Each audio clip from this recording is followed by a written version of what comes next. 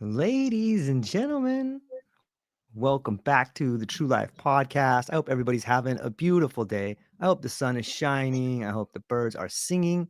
I hope the wind is at your back. I have a beautiful show for you today, and I'm excited to introduce a friend of mine, a guest, an incredible teacher, and a wonderful woman. She is Reverend Dr. Jessica Rochester. She's the Madrinha and president of the Sud de Montreal, a Santo Daime Ayahuasca church she founded in 1997 in Montreal, Canada. She's a transpersonal counselor. She trained in the work of Dr. Roberto Assagioli and trained with Dr. Stanislav Grof. She worked with Health Canada from 2000 until 2017 to achieve a Section 56 exemption to import and serve the Santo Daime Sacrament. She's an ordained interfaith minister with a doctorate in divinity. From 1986 to 2018, she has been a workshop leader, a teacher, and in private practice. She's the author of two amazing books, Ayahuasca Awakening, A Guide to Self-Discovery, Self-Mastery, and Self-Care, Volumes 1 and 2. She continues to lecture on consciousness, non-ordinary states of consciousness, self-discovery, spiritual development, health and well-being, and personal transformation. And I am delighted to have you here, Dr. Jessica. How are you? Well, thank you for asking. I am really well on so many levels, and don't ask about a few other levels. But I think that's the balance we have to come to in life, is where we can live with gratitude for everything that's good and not let the difficult or challenging things to like Ramdas says, be here now, and be in the stream of our consciousness, and at the same time recognize the challenges in our life. And today it's going to be kind of fun because we're going to be talking, but it's tricky what we're going to be talking about today. Yes. And I apologize to everybody. I've had to use my voice a lot the last while. And so it may fade out from time to time. And so everybody hang in with me, and we'll get there in the end. I just want to thank you. It's always a pleasure, George, to hang out with you. And, you're different from other hosts in that you don't have your set specific questions that you're going to ask, or the ones that you particularly developed to try and trap me. Okay. Those are always so interesting. Those kinds of interviews, they're usually more like an interview done around specific topics by specific types of media, where their joy is trying to catch you out. So I just want to really acknowledge you that you're the type of host who really wants to find the gold in the conversation. And speak to the expertise or the skills or the knowledge that your guest has, rather than just run your own agenda.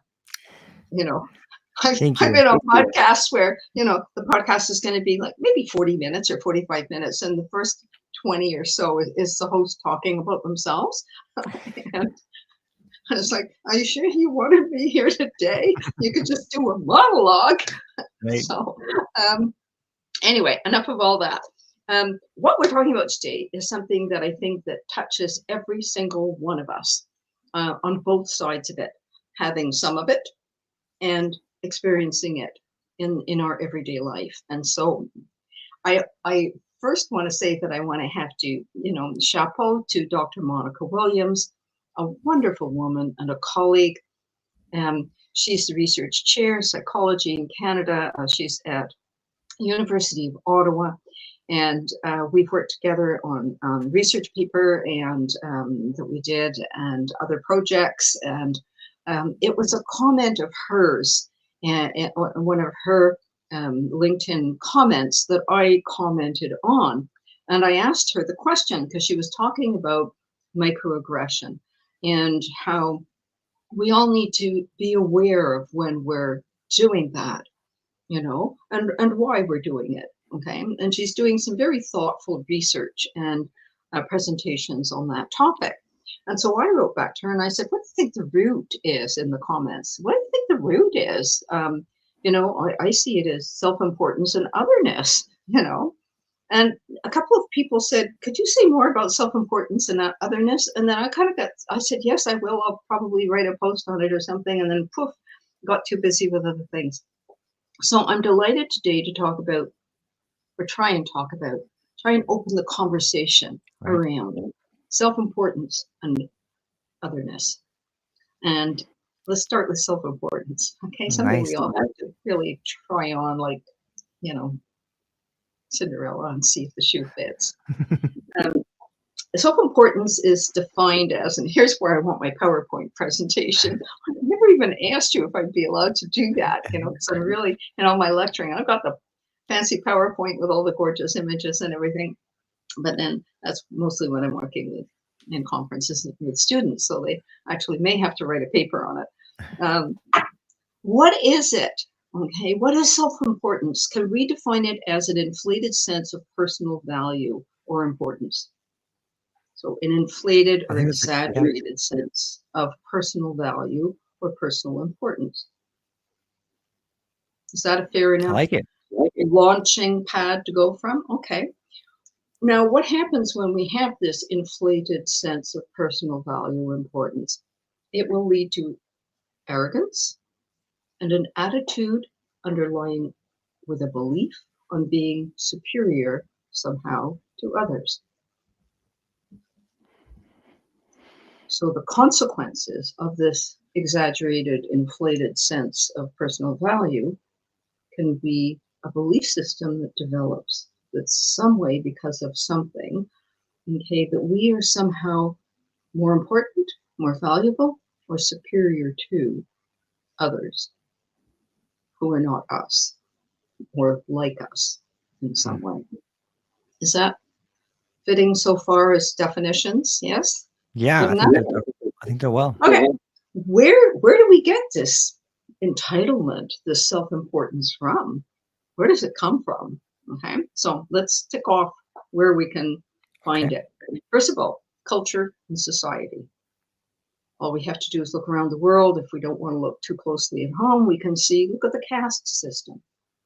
The caste system where you have the Brahmins, who are the most important, the most enlightened, the most what have you, and you have the Dalits, or the untouchables. This is a system that has existed for about thousands of years. And that's just one that is clearly defined and named. Okay? We have this Brahman to Dalit structure everywhere in every culture, don't we? Yep. And it just, what defines the Brahmin society from the Dalit society? Okay, so carrying on. If we look, we're going to see closer to home, a culture that focuses on having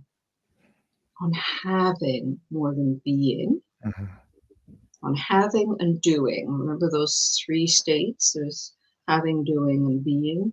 Okay? And so the focus, the light is really focused on having, on possessions. We can sum that up in one word, capitalized, bolded, more. I have more than you do. I have more, fill in the blank. Money, possessions, land, car, territories, power. I have more of something than you do. Therefore, I am more important. I am more powerful. I am superior to you in some way. And we can take that into almost every aspect of culture and society. I have more of something than you do, and therefore that makes me superior. Rather than, I have this that I've worked hard to gain, and I'm happy to share some of it, okay, to serve culture and society in some way, to express my gratitude for what I have received, okay, not just paying my taxes, but and not cheating on them, but also finding a way to serve back to those who don't have more, they have less.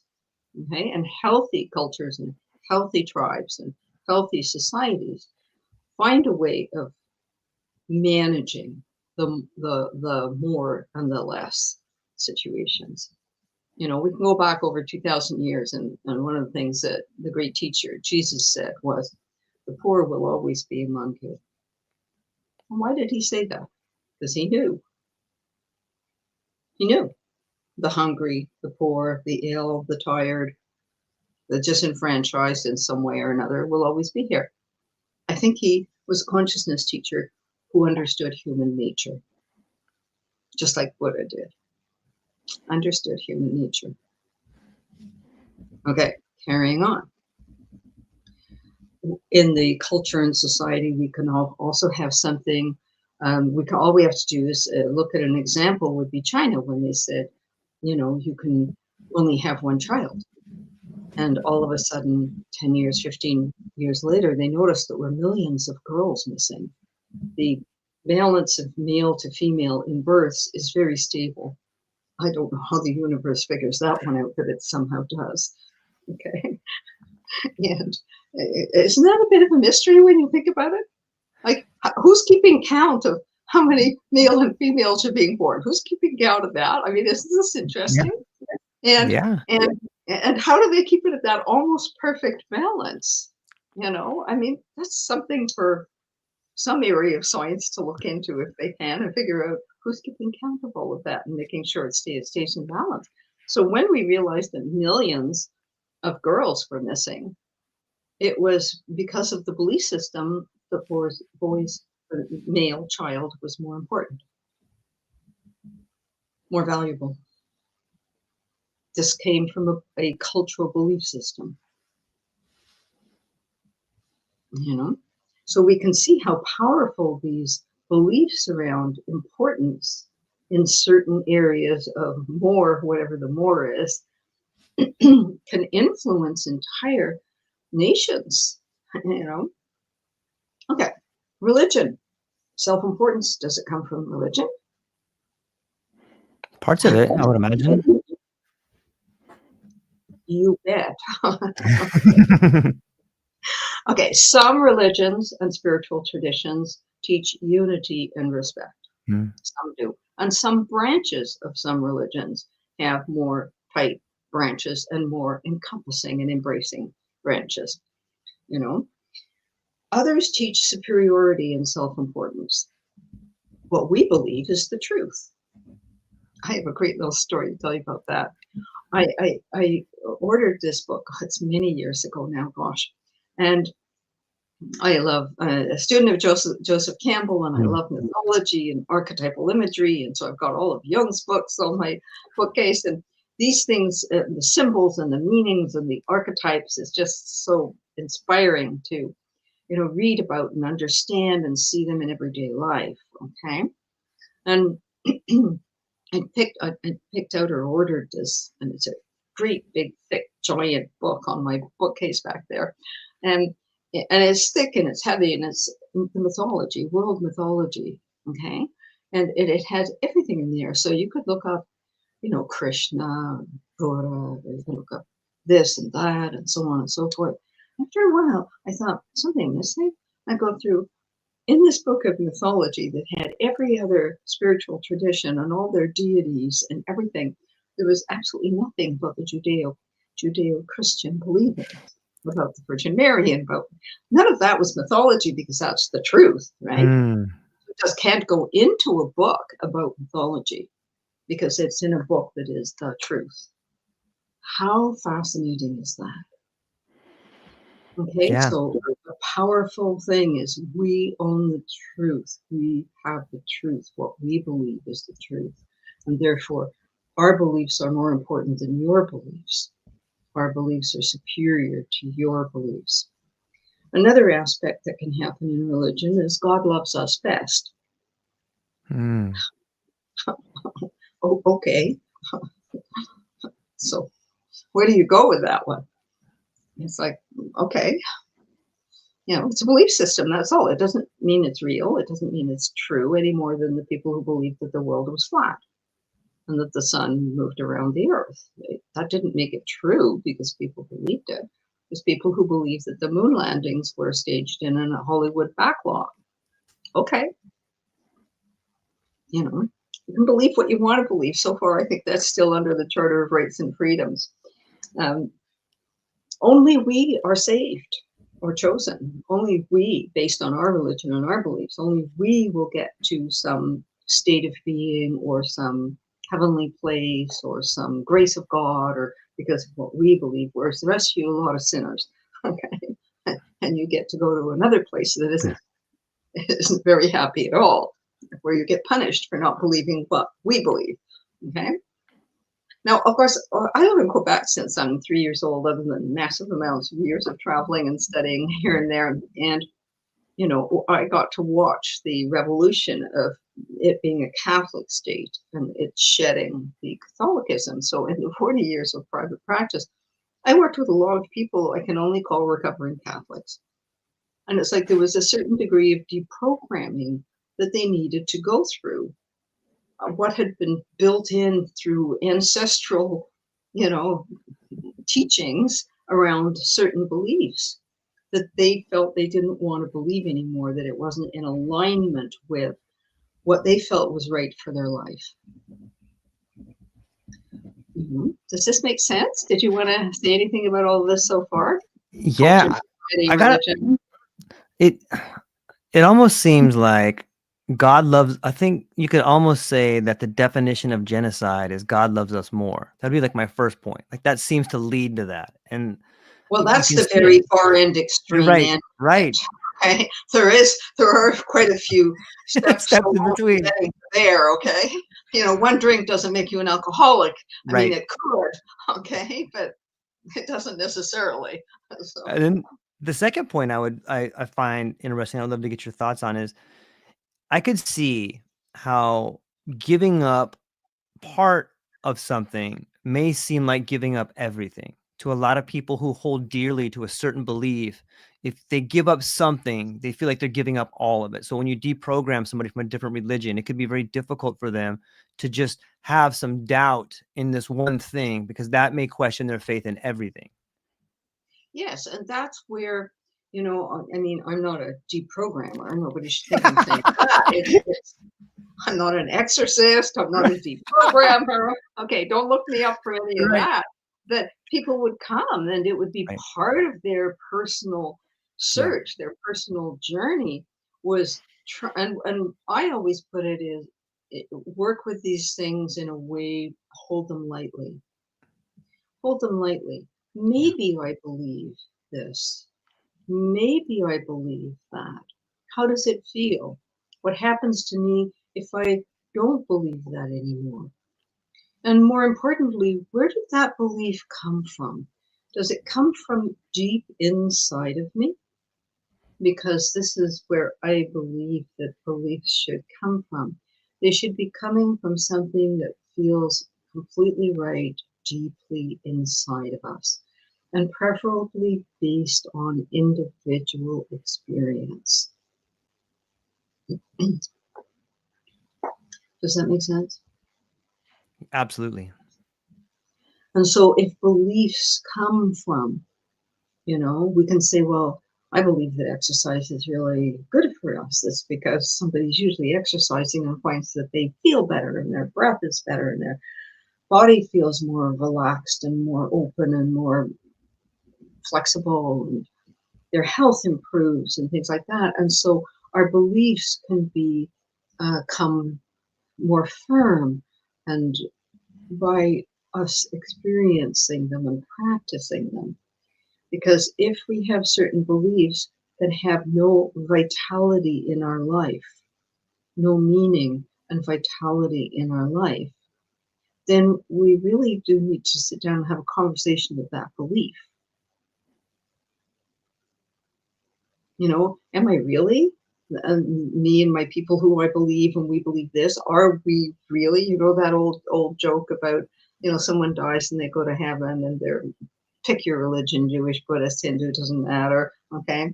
And they're being led by a guardian angel down a long hall. There's many doors, and that the Jewish people are in this, and then the so-and-so are that, and then there's a very long hall, one door way down at the bottom. And the person says, well, what's that down there? What's that door? And then he said, oh, that's the Catholics. They think they're the only ones in heaven. You know, it's a very old joke. I had a client tell me that, a Catholic client tell me that a long time ago. And that speaks to that belief, you know, about that our belief is the truth. And that can go really, really deep, and that can inflate a sense of importance and superiority. Our religion, our beliefs are something is more important than those other beliefs. We have a superiority in our beliefs. So there's there's cultural, there's the society influences, there's the religious, there's educational. That's part of our culture and our society. Educational influences, and then there's family. Family history or ancestry. What did we learn about our sense of self and our value as an individual from our family? Did we learn that we are special and privileged and entitled because great, how many greats back is we arrived on the Mayflower? Isn't that a whole thing in your country? Right. Again, we don't have quite the same thing over up in Canada or in Britain, So we can trace ourselves back to this, and that makes us therefore more important and superior to, okay? And whatever that thing is that has this great importance, or your great grandfather founded this town. Okay, thank you. And okay, does that really make me more important than anybody else? That's it. I think that I think on some line, it's easy to blur the ideas of self-importance and value, because a lot of people, I think there's a value question in there somewhere. People value these things. What is the demarcation line there? Good question. Okay. So we're going to come to otherness in a moment, because there's a few things that are going to tie it together. Okay. So the difference between self-importance and self-worth. Yes. Okay. Self-worth is a deep-seated belief in one's natural intrinsic value, regardless of external forces, like who your parents or your grandparents were, which school you went to, or which language you speak, the color of your skin, blah, blah, all of the various and sundry things that can be our identities. Okay, so we also need to talk a little bit about identities, and that's a whole other big conversation, So it's a healthy self-worth is a healthy, grounded perspective on who am I, my perception of myself, and my perception of myself in the world. Healthy self-worth, grounded. It has self-respect and self-responsibility, and it respects others. So it's an embracing myself as having an intrinsic human value, as being in the experience of being human, that I have my skills, my limitations or shortcomings. Now, if we take that and we see what can that cultivate, it can cultivate awareness, self-awareness, one of the basics, right? Self-awareness, self-respect, self-responsibility, self-love, those foundations, okay? So it can promote awareness, it can promote compassion, awareness leads us to the web of life, the interconnectedness of all things, the interdependency of all things. Self-importance separates us. It's I'm up here with my fill in the blank, whatever I have that you don't have. So I'm up here with my thing. That separates me from everything. Whereas I'm here and I respect myself and I respect you. I'm responsible for myself. You're responsible for yourself. I recognize with as much compassion as I can muster up in any particular day, because that's a continuum. Okay. Compassion, right? Is that a deeper conversation? Compassion isn't like the light switch. We can't turn it on and off. It's more like taking care of a plant.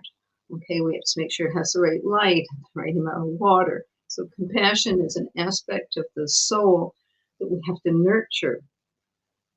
we can't just kind of pull it out of our pocket when we need it. Just, yeah. Am I doing a decent job of trying to explain this? So it's something that we have to have nurtured inside of ourselves. It's not like a skill that we're born with. We can have empathy, which is different from compassion. These are deep conversations about deep aspects of being human, right? Okay, so we're back to self-worth. So we see that we have this self-importance, which separates us, and we have self-worth, which can unite us. Now, probably all of us are some combination of some self-importance and some self-worth. Yes, there are some people we can see that are pathological narcissists, okay? And clearly self-importance is a main focus. It's a driving factor, okay? And we can see some people where, you know, they're the Gandhis and the Martin Luther Kings and the people that we can say, yeah, they got it. They got it, you know?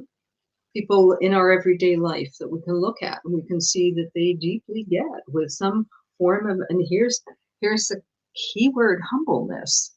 How often do you hear that? That's like the antidote to self-importance, is humbleness. How often do you hear that word in modern conversation? Let's be humble here. Yeah. Nature's good for that. Pardon? Nature's good for that. The ocean, as someone who spends a lot of time in the ocean, like it's really easy to be out there. And a while back, my daughter and I were swimming and we got caught in this riptide. It was clear as day. We're in Hawaii, clear as day. And all of a sudden this riptide developed. We were, you know, washed out to way past these rocks. And I remember my daughter clinging to me like, Dad. I'm like, okay, calm down, relax. We got to swim sideways over here. But a really humbling moment. And nature seems to do that to us if we sit and watch. Yes. The ocean can do that. The wind can do Yes. that. Okay, yeah. where we are, the snow can do that. Yes. 2 weeks ago, we had 74 centimeters of snow in like 2 days. Okay, I was sending pictures of it down to. We have a team coming back tomorrow from the Fatua in Brazil, and so I was sending down to the people in Brazil who never see snow. They never have a clue. You know, they're just saying, "What is that?" All that frozen white stuff up to here. So nature can give us an experience of humbleness, the power and the awesomeness. Yeah. But just the current of life can do that. Yeah. When we take a long, slow, deep breath and we step back and we look at our self-importance and say, okay, I think it's time I kind of did some transformation on that self-importance, you know. Now, we're going to come back to family and school because we didn't quite finish up on that in the self-importance department.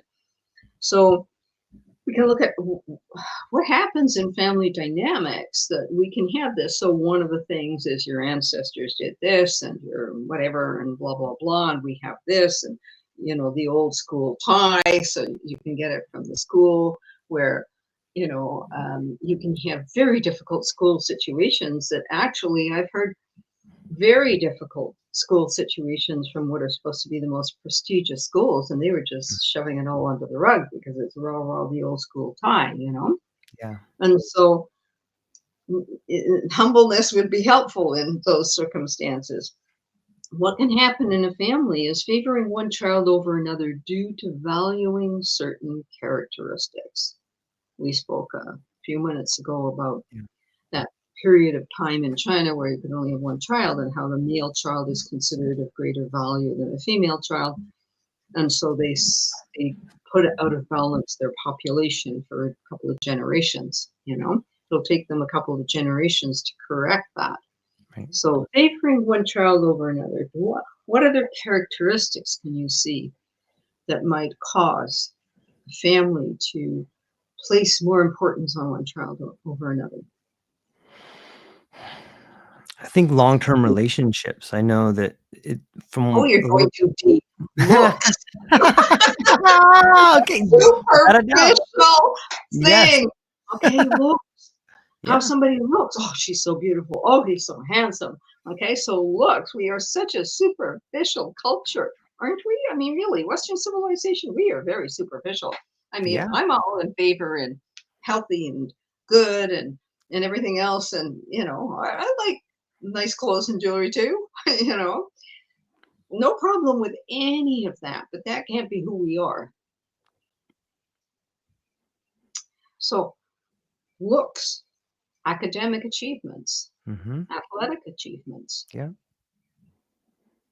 So there's many different things that can cause a family to over-focus on one child, leaving the other children or child feeling less important somehow, of less value.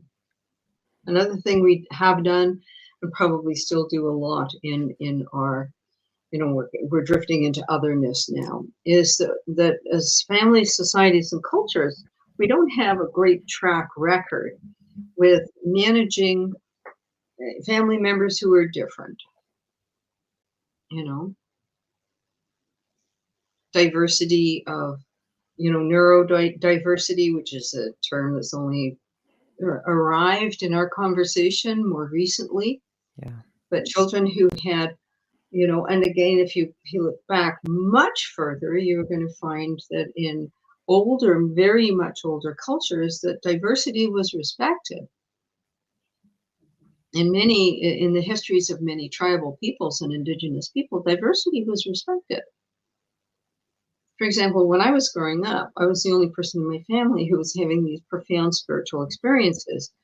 Nobody talked about anything. There wasn't a book, there wasn't a story, there wasn't anything, nothing about spiritual experiences at that time. It was the 50s, 1950s. It was all about television and, stuff and your dress and your hair. And it was all about this superficial stuff. And here was me looking for desperately some level of conversation about spiritual things. Just didn't exist. I mean, fortunately, I had many good aspects in my family. My mother used to say that she didn't give birth to me, I arrived by spaceship. So I got tolerated, teased, if I tried to open a conversation. And as I got older, as I was able to, the big opening in the late 60s and 70s meets West, and all of a sudden this became part of the conversation. You could meditate, you could have these experiences. All of a sudden it became socially acceptable, So being different, just being different from your immediate surrounds, that can not be well tolerated. So diversity, which is an essential part of the human experience. Can you imagine if we were all the same? We all love pink and we all love Chinese food and we only like one movie, fill in the blank. Can you imagine? We'd be cartoon characters. So how do we embrace diversity? And we're back to awareness, humbleness, recognizing the web of life, right? Okay, so have we anything else about that? Everybody had, I know very few people who didn't have some difficult school experiences where they were either too tall or too short, or maybe they developed and matured more quickly than the other kids in their class. And or maybe they wore glasses, or maybe they had a surgery, or maybe they had an accent because their family came from somewhere else. In certain areas and in certain eras, that level of difference, either everybody would flock to be your friend, or they would just you out. You'd be alone in the playground because nobody wanted to talk to you because you were too short, too tall, wore glasses, had a funny accent, whatever.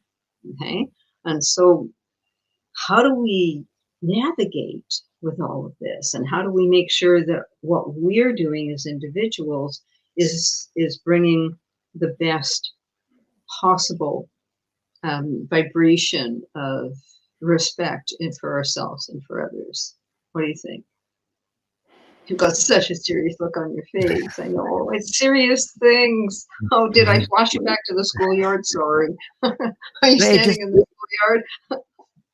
A little bit. Like it takes me back and thinking about my relationships with different people and knowing some other kids that were different, that were kind of singled out, or they got beat up, or some of my experiences, or people would like pants me, or they make fun of you, and Yep. it's how, and I guess those patterns carry on forever if you always neglect the weirdo, which that's probably a lot of us, then that's how you deal with weirdos later in life. And that's the wrong word, but I mean, I'm speaking from that perspective as a kid. Like, that person's Differences. different. We're Yeah. not going to be around them. In grade 5, 6, 7, 8, 9, Right. whatever you call it Right. down there, the upper Right. grade schools and early high schools, kids are cruel. Yeah, totally. Let's not try and dress this up. And that brings us to, a comment that the human species, we're not a very nice species. Yeah, We're it's not true. a very nice species. You and I have discussed this before. We are essentially an aggressive, selfish species. And now we're going to come to otherness, because this is a really important part of it. Okay, we're talking about diversity, and now let's talk about otherness. So, what is othering or otherness? It's conscious and unconscious bias. Mm. Okay, so they travel hand in hand. They can. Self-importance, sense of who I am, and othering, otherness. Okay, if we already feel we're superior because of our fill in the blank, whatever it is that we have that we think is more important than what other people have, okay, then othering and otherness is going to come more easily to us than if we don't have that, or if we have a smaller amount of it.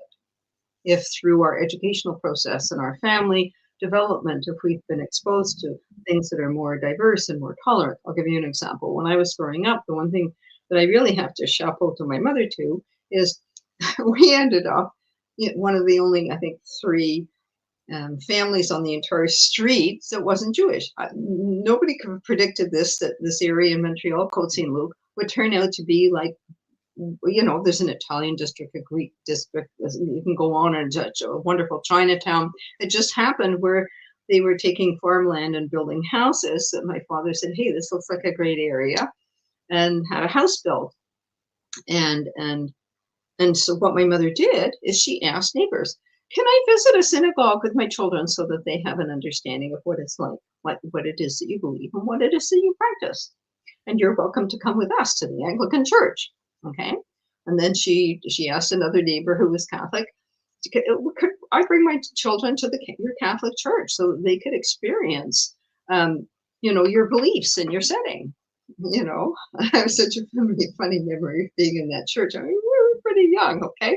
My mother was horrified. Here we are coming from the British, very well behaved in church with the little white gloves and our hat. You never went to church with a hat on, and we would barely move, my sister and I, because that's how we were kind of brought up and how we were trained to behave in church with deep respect and solemnness. And here were these other 2 children who had been given rosaries, and they were banging them on the pews and carrying on. And we were just like horrified that you could actually do this in church, That's my one memory of being in that experience. But, good for my mom that, here she is in the 50s trying to expose us to other belief systems so that we would have a deeper understanding about what people believed and how they practiced it.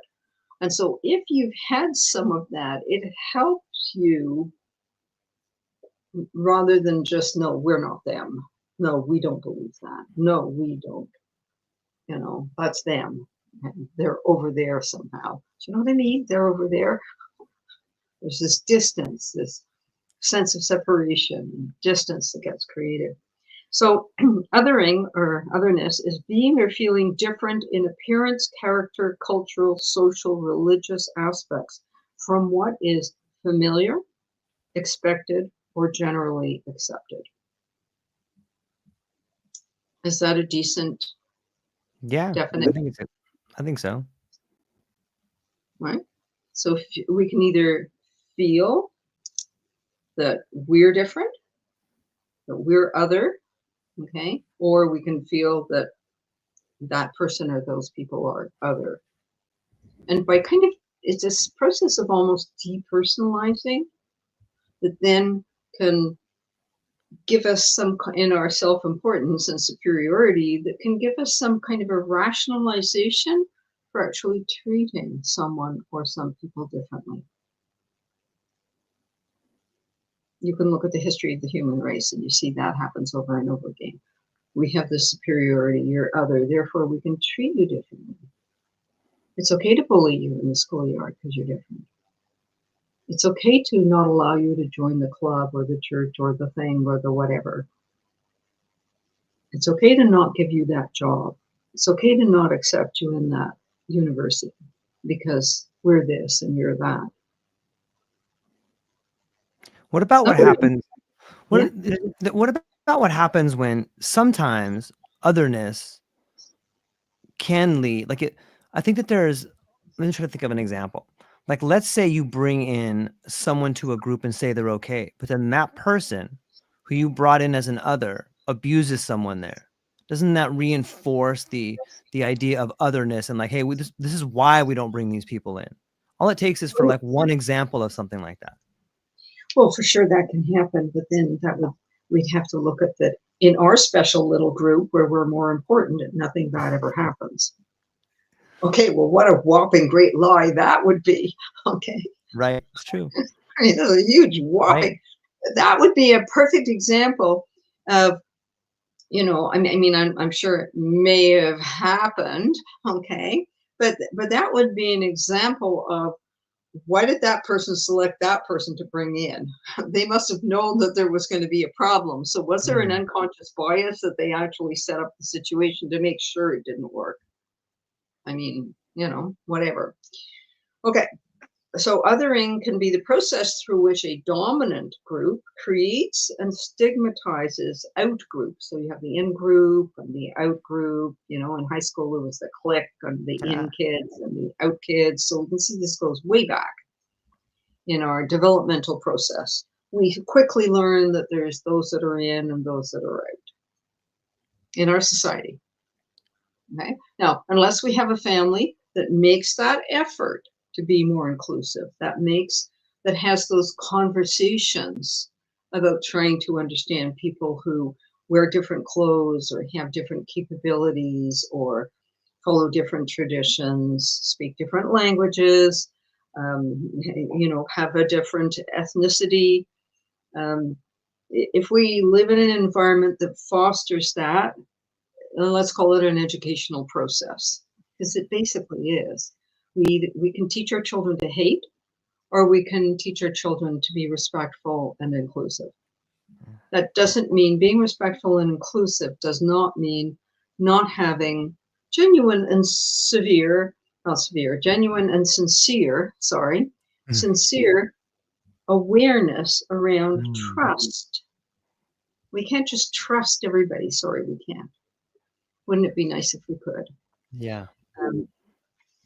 So it's always a power dynamic. There's always power issues at play here. There's a one up and one down. There's a one in and one out. Okay. Do you see that? Yes. Okay. So it's always power is always at play. So where there's self-importance, an inflated sense of me, my group, my beliefs, my whatever it is. Okay. This is far more important. And therefore, power is given to that. Power is taken for that. And then we start to see the misuse of power. We can see it in religions. We can see it in cultures. We can see it in politics. We can see it everywhere. So, what is this about?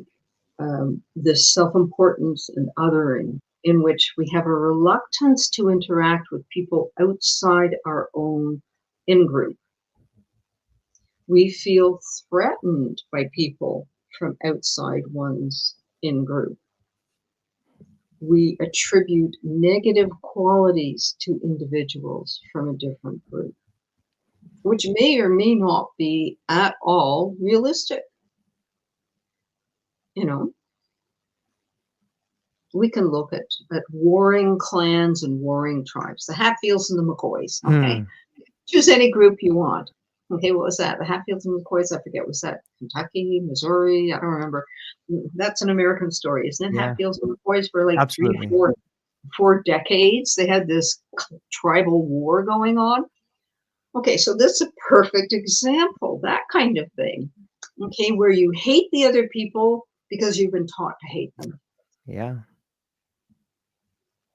You know, and it's hard to unlearn hatred. It's hard to unlearn. You have to want to unlearn. When you've been taught to hate something, when you've been taught to be frightened of something, when you've been taught, or not something, but people, you know, the different people, you have to want to unlearn that. It seems like, you know, we can look at a real life example of like Israel and Palestine right now. It's such a deep seated level of education. And I don't know, I'm not from there. I don't know, but from the Neither am I. outside. And on one level, let's put this right out here for anybody listening. I don't think either of us have a sufficiently educated idea of all of the complicated circumstances that go back thousands of years. That, you know, that one has to be really very mindful of creating opinions either side of this, okay?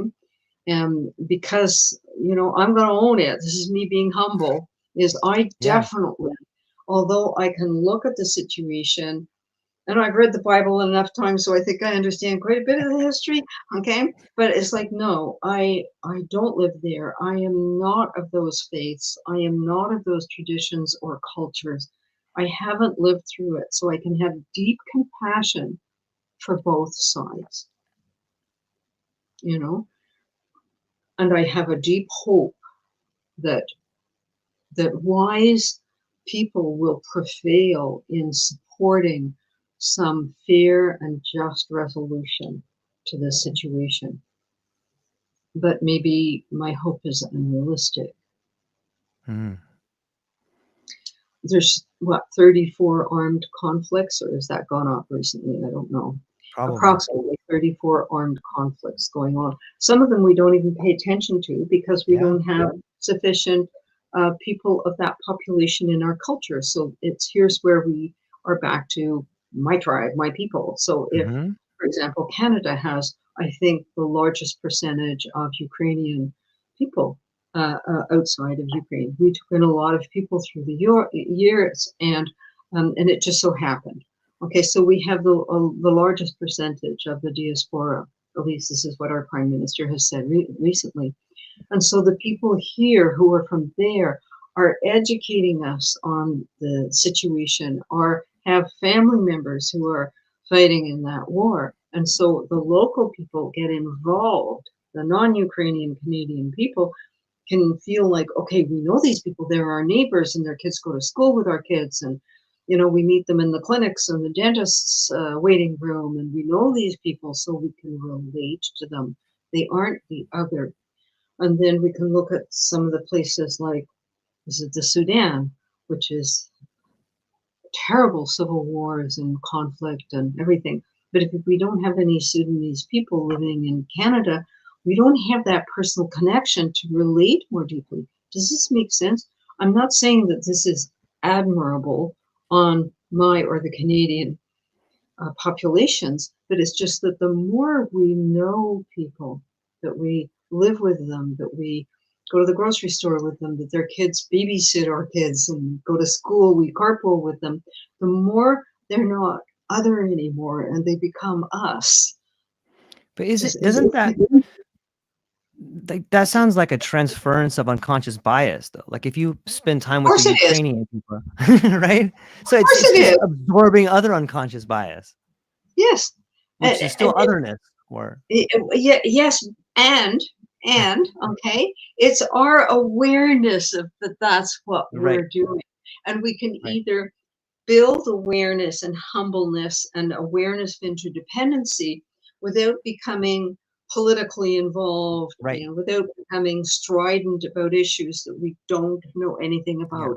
I think that is one of the most difficult things that I see. I can only speak for myself. I don't think I'm alone in this thought, but the loudest voices seem to be coming from the people who know absolutely nothing or very little about the situations. And I don't quite understand that, because if I want an opinion or on an issue, I like to think that I'm listening to people who are close to the situation, educated on the situation.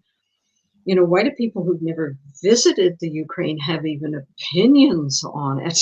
Is Yeah. a kind of Yep. hard thing. I mean, opinions that they think that they know what's going on there, you know, or you know. Yeah. So this is more self-importance. Yep. Instead of saying, you know what, I'm going to pray and send a lot of light to that situation because I realize, or someone feels, you know, that they want to do some fundraising in their book club or their, you know, Yeah. whatever it is, some group that they belong to or their spiritual center. They want to raise some money and send some support, some medical support. When the war in Ukraine first happened, we happened to have at the time a person in our church from Ukraine whose brother was putting on his army fatigues and going to be fighting. Okay. And so what our church did is we fundraised and we sent per pack, there was these additional medical supplies, okay, packages of medical supplies. And we sent, I don't remember how many, but we sent a whole half a cargo load full of those over, you know, thinking, okay, we can do that. We're not going to send bullets, you know, not that we buy them in Canada, thank goodness. That's our job in the US. Yeah, that's your job. We send medical supplies and peacekeepers. That's the Canadian take on things, you know, and we get criticized for that. You know, why aren't we sending more bullets? But it's not our culture. We don't carry guns in our culture, you know. Who knows? Who knows? Everything changes after a while. Okay, we're back to, so let's look at otherness, okay? I'm watching the clock tick away. There's 7 main categories that research has identified in which we will create or co-create othering. Race or ethnicity. Okay, somebody's a different race from us, a different ethnicity from us, then that can plant us right smack into othering. Okay, gender, religion, sexual orientation, socioeconomic status. Oh, that's such a big one in our culture. Mhm. Me, I have, you don't have. I'm not your Yep. friend then. I don't like you, you're not my friend. You know, you're a different something or other, therefore I won't hire you. I won't do carpool with you. I won't let my kids play with you. You can't come in my house. Don't play in my backyard. I'll let my dog always poop on your lawn. Okay. Yes, seriously. Seriously, I think I've heard it all. Okay. Age, getting older, noticing ageism. Yep. And physical or mental ability. Mm. So that's the main 7 categories in which we can puff up our self-importance and our sense of security, then feel very justified in practicing othering and otherness. So when, you know, Dr. Monica Williams was, and still is writing about microaggressions and paying attention and trying to educate the public at large about when you're doing this, that's how people on the other side experience it, you know, and trying to awaken people to a sense of awareness.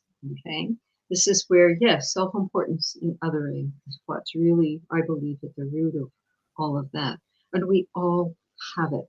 Now, there's something so important to make a note on here, which is the biological aspect. It's almost part of the biological imperative, you know, the same as territory and breeding and, you know, food source and all of these things. Is there's a and we're hardwired for it. All of the research, if you look into the research, and then, you know, they've done a lot with animals because it's so obvious with animals. They, you know, the gorillas, they beat their chest and they drive off anybody that isn't from their tribe. Or if one lone, you know, chimpanzee or something is trying to join a group, they'll keep it very far away. They'll watch it. They'll run it off a few times. Wolves will do this. You know, even birds will do this. It's like, no, you're not part of our flock. Okay. Yes, you're still a Siberian crane, but you're not part of our flock. And within the flock, you're not part of our family. So it goes family, flock, others. Okay. And so if this is in birds and and creatures and animals, then are we foolish to think it's not in us? That there isn't some hard wiring in there, some part of our survival instinct? Because it is part of the survival instinct, not trusting others because we don't know what they're going to do once they come in the group. There's in the Santo Daime, there's no, I haven't been myself personally in this situation. I only visited this particular area and site, the site of Master Irenaeus' birth, and where his, well, not his birth, but where he died and his main community was, and visited his crypt and some of the senior people there.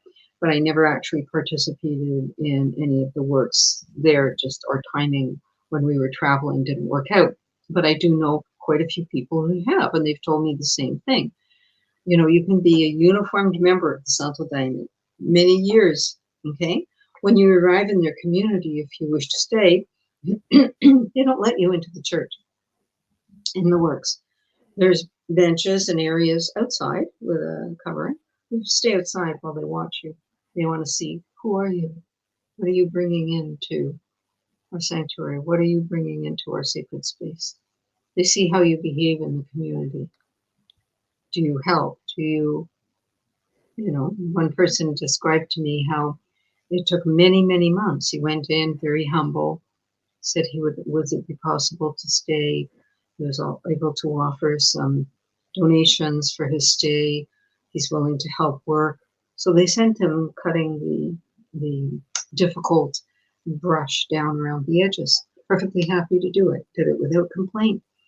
You know, it reminded me of the story of Jack Cornfield when he first went to his Akaja, his teacher's ashram, and he had to go and sweep the leaves on the path every day. And he muttered along an American, what do I have to sweep all these leaves for? And after a few days, he realized, oh, okay, that's why I'm sweeping the leaves. I need to get over my self-importance. Yeah. Sweeping the leaves is beneath my dignity. Okay? It's not beneath your dignity. It's a very dignified task. It's beneath your self-importance. Yep. And so this is how they would deal with people coming in filled with self-importance, you know, is make sure they have humble tasks and see how they respond to the humble task. And if they respond well and they do it with, you know, graciousness and with dignity and with respect, then little by little they're allowed into the community and they're allowed into the works. So this is, we're kind of hardwired for that, because how many times do we fling open the doors and let people in, and especially in our society today, we're these friends, you know? No, we're not friends. I mean, I'm not talking about you and me. I'm talking about, you know, perfect strangers. You don't even know if that person is that person. That could be just some fake thing that's trying to worm its way into your life to take advantage in some way. You know, now that we're great friends, even though you think I'm a 30-year-old accountant working at this firm who loves bicycling and her dog, okay, I'm actually, you know, a scammer sitting in the basement somewhere I'm going to get scamming you. And so, you know, we've, in our current Western civilization society, we've lost a lot of that sense, balanced instinct about trust and mistrust. So we mistrust things that don't really need to be mistrusted, and we willfully trust things that we should know better. Okay? We can have people saying one thing and doing something else, okay? And we don't pay attention to that. Whereas that's the one thing we should be paying attention to. We should be paying attention to people's track record with people and responsibilities and duties that they've been given. And if we see that we invite them in and we give them the task of sweeping the leaves and they don't sweep the leaves and they bully somebody else to do it for them and they go and smoke a cigarette out the other side of the compound. Okay, do we really want that person in our group? So is there a place, is what I'm trying to say. Is there a place that does not have to be about superiority and self-importance? Is there a place where actually othering is actually part of an instinct, a survival thing that we just need to come at from a different place? And instead of a superiority in group, inferior out group way of looking at it, can we look at, yes, we're all human, yes, I can respect you, but I've always said to people, I start with this much respect and this much trust, and it's on you to build Yeah. it. I I like can that. respect you more. I can trust you more based on your behavior, not your words, but how you actually live your life. And that trust and respect that I start with can be diminished if I see how you live your life is not in alignment and harmony with actually what you say. What do you make of all of this? These are just my thoughts. I love it. It's, you know,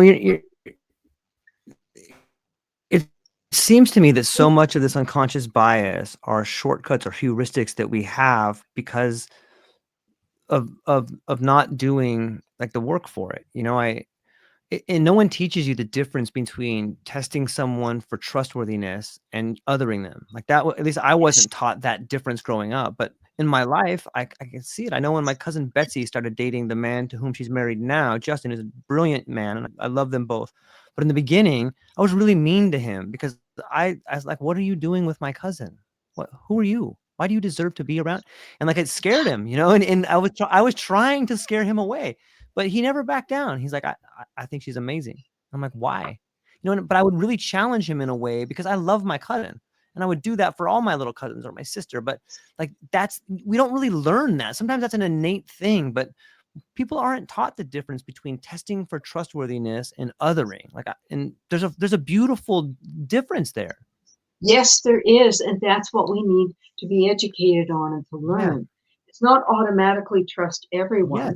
No, it's start off respecting everyone and offering someone modest trust. You know, a modest trust. And then that can be built on. So trust and respect can be built on. We can address our unconscious and conscious biases. Sometimes they're very conscious. Yep. We were taught to hate that, whatever that is. We were taught, you know, and we need to look at the roots of that. Okay, my religion, my culture, my background, my what have you, my family ideologists taught me to distrust and to hate that. Okay, is it real? And do I self-examine? Like, why do I hate people I never met? That doesn't make sense to me. Why do I automatically hate and not trust and try and malign a whole group of people just because they look different, dress differently, speak differently, have a different way of praying or of living their personal life, you know?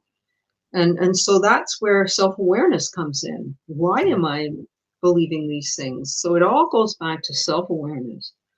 So self-importance and self-worth.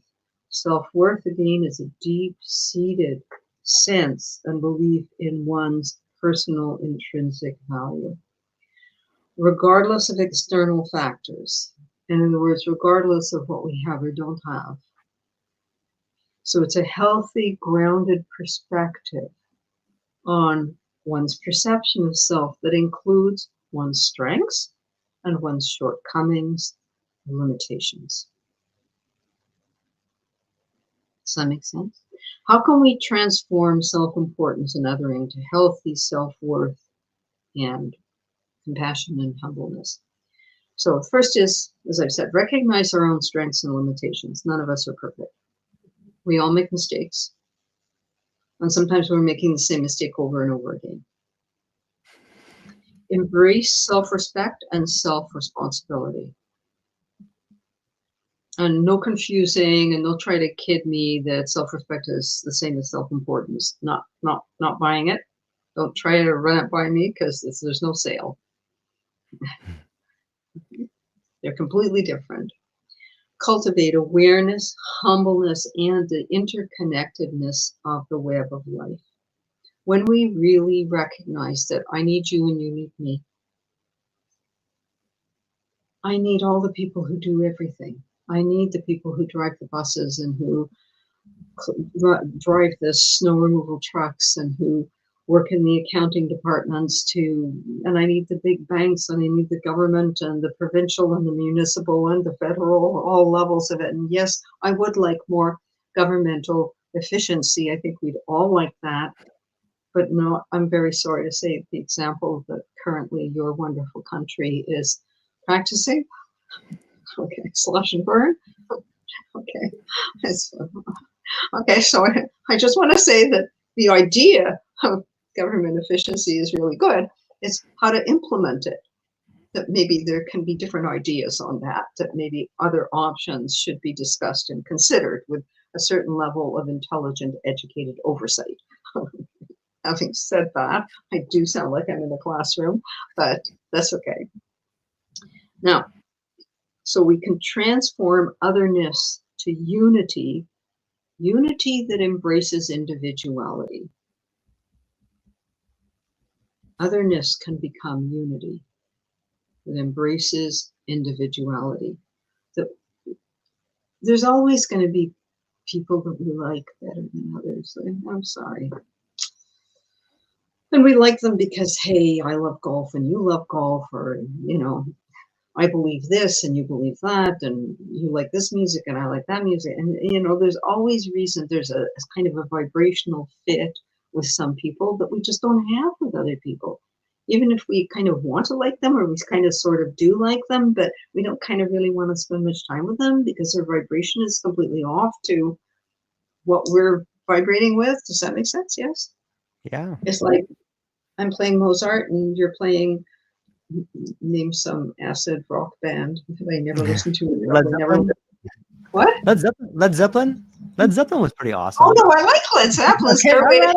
That's a classic. Okay, no, that's a classic. No, you have to. I'm talking about those screaming, banging, burn their guitar and throw it on, you know, rip around, step. Right. Those people. It's just noise. Okay, so the vibration's different. Okay, and so that's part of respect as well. We can respect each other's difference, but we don't have to like everybody, and we don't have to like someone to respect them.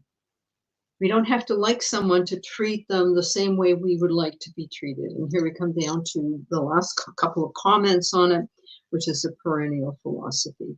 What every great spiritual teacher has tried to teach us: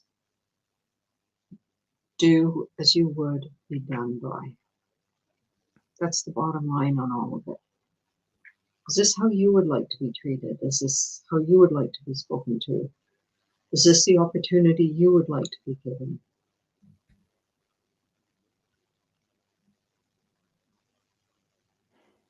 Do as you would be done by. That is a key piece in helping us to transform self-importance and otherness.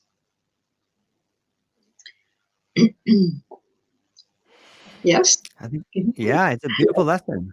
It's a very beautiful lesson, and I'm happy to hear it. And I know that there's definitely parts of my life I can apply it to, and I think all of us can apply different parts of it to it and be more aware of what we don't know. Yes, of what we don't know. And you know, I'm going to go back to 1971, more or less, where I had these two LSD experiences that in the end kind of merged into one. It's like very quickly, even though they were 2 weeks apart or 3 weeks apart, they quickly, within a very short period of time, it was like one experience. And part of that experience was, it was a question of this kind of unity of cosmic consciousness that I experienced. And I do write about this experience in my books and other spiritual experiences that I've had for those of you who are interested. And in this experience of unique oneness with everything, I opened my eyes and I looked at my body and I was looking at my hands, and it's as if I could see into the entire structure and biology of my hand. my skin and the muscles and the blood circulating and my heart beating, like the level of awareness of that is beyond understanding, actually, you know. And so I'm looking at this fascinating experience of having this body. And then I realized that I have this, you know, just, we're so unconscious of so much. And then I realized that, yes, I do have this skin color. And in this moment of cosmic consciousness at the same time as micro consciousness, okay, the cells of my body and the entire universe. And it's like all of it is singing and humming and vibrating, okay? And I realized, like, there's absolutely no difference between me and people of any other ethnicity, of any other tribe or clan, or it's like we're all connected, okay? And from that moment, any sense of otherness that I had from being a British, you know, born in 1949, came to Canada, you know, and Quebec was very kind of homogenous. I mean, it was kind of, you know, it was what it was, you know. It's certainly Montreal is infinitely more multicultural still to this day. But from that moment, I couldn't go back from that moment. It's not possible once you've had that level of deep understanding that there is no difference. Doesn't matter the language, the religions, the color of the skin, the absolutely no difference on that level. And then on every other level, yes, of course there's differences. If I go to Japan, I can't speak Japanese. Okay. If I go to Peru, there's many cultural things I won't be able to, even all the years that I traveled to Brazil, I'm deeply aware of the cultural differences. And so, but they aren't differences that cause otherness. They're differences that awake interest and curiosity and discovery. Yeah. And for me, that's the interesting piece. It is, how do we turn that part? Because there is that part. Instead of looking at others with fear, how do we look at that with curiosity and interest and discovery? Yeah, it seems like otherness is a mirror. Yeah, say more. Say more. Well, you know, I think I've found that as I've gotten older, the things that I see in other people are a mirror to me. Like, especially the things that bother you about other people. Like, you should pay attention to that. Like, if something really bothers you about somebody else, that's because that thing that bothers you is really in you. And that okay, person that's is doing classic. A gift That's classic Assagioli teachings. It's called the disowned self. Okay, Assagioli, the Italian psychiatrist whose work I trained in, Roberto Assagioli, brilliant.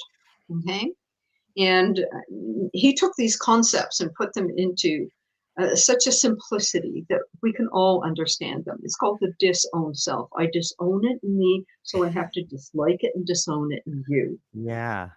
You know, you're greedy. You're jealous. Yep. You're just so self-important.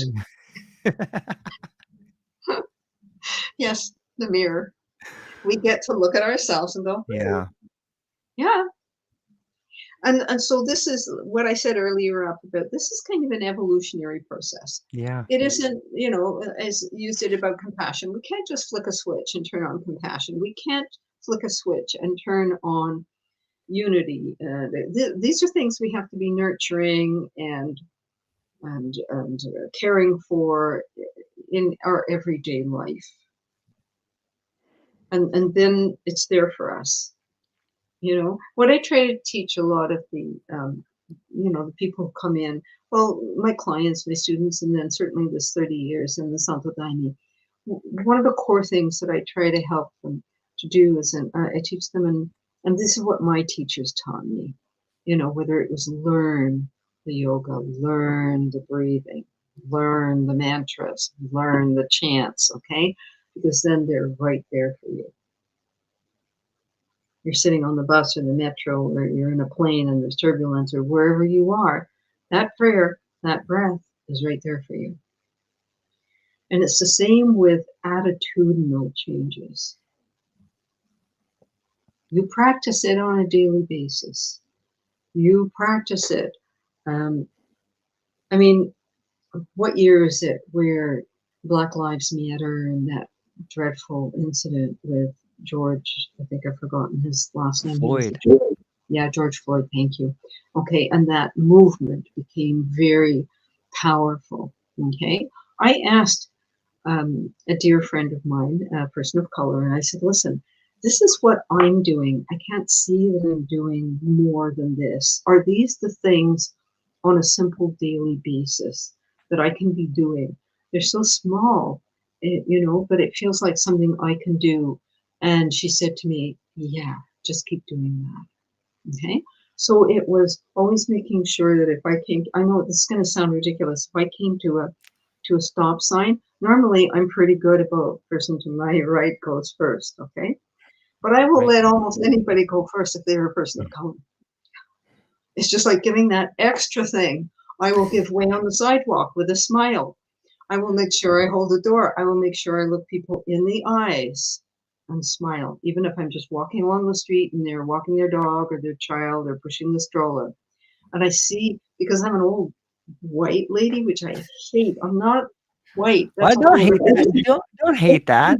It's beautiful. Yeah, no, I hate that I'm assigned as being white. I don't feel white when I'm asked on forms, you know, where it says other, right. I fill in Anglo-Saxon. Okay, me too. I have a race. Okay, I have an ethnicity. Right. Not just a skin color. That's what I don't like, is being boiled down to a skin color. So in all these tiny little ways, you know, holding a door, letting someone go in front of me, even if they're younger than I am and more abled than I am at this point, you know, looking people right in the eye. These are all strangers. Looking people right in the eye and smiling. Yeah. Okay. And some people, the expression on their face is surprise. It's just surprise. No, please go first. Oh, you only have 2 items. It's okay. You go ahead of me. You know, it's all these tiny little daily things that are saying, I respect you. I see you as another human being, just like me, and I respect you. Does that make sense, what I'm saying? Yeah? Yeah, I do a good one. I want to share one with people that I do that really helps me, and it always brings a smile to the person I'm talking to. Like wherever you go, like if you go to the grocery store or you're getting something somewhere and you're having an interaction, like I was at the grocery store the other day, and I always say, hey, thanks for working today. And you just look at them and say, hey, thank you for working today. And so many people just go, what? Yeah. Every cashier, every cashier I go to, I look them right in the eyes and I say, good morning or good afternoon. Thank you very much. How's your day? Yeah. I mean, I don't get in some long, complicated conversation. I don't want to know their family history or what their boyfriend did yesterday. I don't have space for that. But I'm acknowledging them that, hey, you're doing your job, and thanking them. Thank you. Go and have a nice day, you know? Yeah. And this kind of respect and you know, how I was raised, this was normal, that it was called courtesy. I was raised in an era where you showed courtesy to others, where you showed kindness to others. On that note, I'm going to tell you a wonderful little story that I think is fun. My former husband, it's been an interesting 3 years. First of all, my former husband, father of my children, passed away, and then a year later, my mother passed away, and then in January, my husband, partner and husband of the last 30 years, passed away. So it's been like 1, 2, 3, and I'd like a little pause now before the next. Okay. Anyway, my first father-in-law. Okay. He was a real gentleman. They were raised very much in the style that I had been raised, and they had this beautiful home in Ottawa. It was called Maple Lawn, and a beautiful home and grounds, and it was right by the river, the canal, and the lawns went pretty much down to where there's this walking path. And so it wasn't so much, they had hedges and everything around, but there wasn't some big steel fence up or anything, because it was right sitting in the middle of National Parkway. Okay, it was still kind of had been a private home for generations.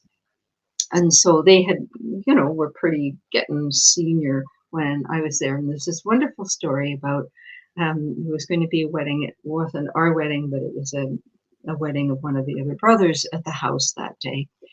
And early in the morning, Roy Rochester Sr., my former father-in-law, got up in the morning, and he realized that it had been foggy the evening before, and a little tent had sprung up.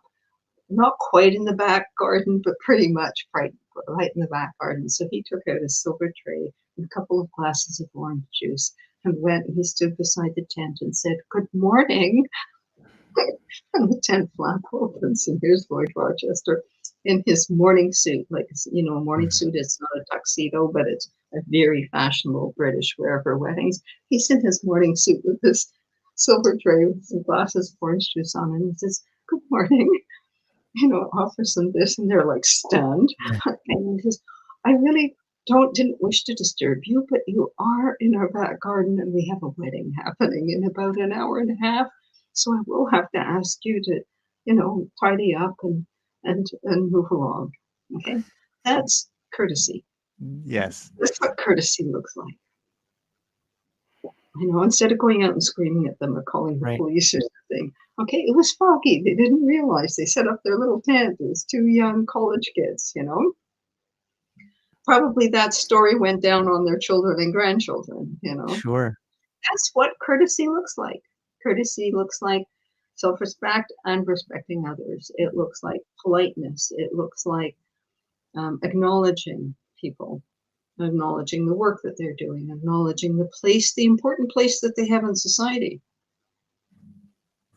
Everybody has their role in society, and every job has value, and every person has value, and it's up to each of us to recognize the worthiness of others. Yes. Yeah, there's a lot of lessons. I better wrap it up. My day's disappearing. Always an enormous pleasure to hang out with you and talk about things that have deep meaning in our lives, share stories, and thank you so much for letting me hang out with you today.